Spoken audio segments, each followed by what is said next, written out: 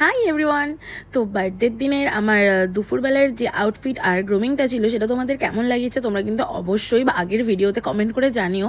আর এইটা ছিল বার্থডের দিন ইভিনিংয়ের লুক, আর আমি বসে গেছিলাম ঝটপট করে রেডি হতে, কারণ ঘুম থেকে উঠতে এতটা লেট হয়ে গেছিলো, তো রেডি হতেও আমার অনেকটা লেট হয়ে গেছিলো। তাই আমি সবার আগে আই মেকআপটা করে নিয়েছিলাম, দেন আমি ক্যামেরা সেট আপ নিয়ে বাকি মেকআপটা করতে বসেছিলাম। তো হালকার ওপর একটু ফাউন্ডেশন ইউজ করেছিলাম, আর তারপর অ্যাজ ইউজুয়াল আমার মোস্ট ফেভারিট ব্লাশ, তারপর ফিক্সার দিয়ে বাকি সব কিছু হাইলাইটার ইউজ করেছিলাম। আর যেহেতু এটা একটা ইভিনিং একটু গ্ল্যাম লুক ছিল, তাই ভাবলাম একটু লুকটাকে বোল্ড করা যাক।